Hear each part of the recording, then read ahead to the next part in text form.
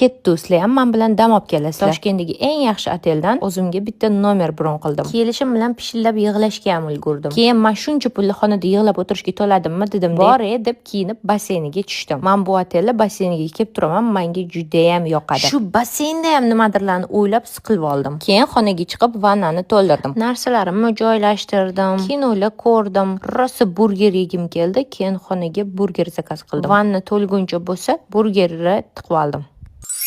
Cho'milib oppoq qiz bo'lib chiqib, sochlarimni qilib, kechqurungi uxudlarimni qilib, yeppa-yangi olgan xohoylarimni videoda maqtanib, chiroyli look qilib, shunaqa kiyinib chiqib ketdim. Kechasi уже shunaqa suv ichib qopdi, yaxshi ham shunaqa kiyindim. Mashinamni zaryadkasi kam qolganda o'shanga to'ldirib kelishga ko'chaga chiqib ketdim. Mashinada mazza qilib aylandim, ashulalar eshitdim, lekin baribir boru benzinli mashina zo'r edi-da. Yangi mashinani zaryadkaga qo'yib, men charchab ketdim. Zaryadkani to'ldirib xonaga qaytdim, xonaga bomba tushgan. Endi ovqatlanaman deb tursam, pastga 5 minutga tusha olasizmi deb anu bola menga telefon qildi. Tushsam, shunaqa chiroyli gul ko'tarib kelibdi menga. Настроением yo'lgina etdim, ko'tarilsin deb olib kelibdilar va shunaqa xursand bo'lib ketdim. Sushini ham tiqib oldim, shu bilan uxlashga yotdim. Oxirgi payt ishimda, shaxsiy hayotimda juda ko'p problemalar bo'ldi. Shunga ozgina chalg'idib, bir kunimni boshqacha o'tkazishga harakat qildim. Lekin ko'rib turganinglardek, balo ham boshqacha o'tmadi. Xullas, men shu bilan uxlab oldim. Всем пока.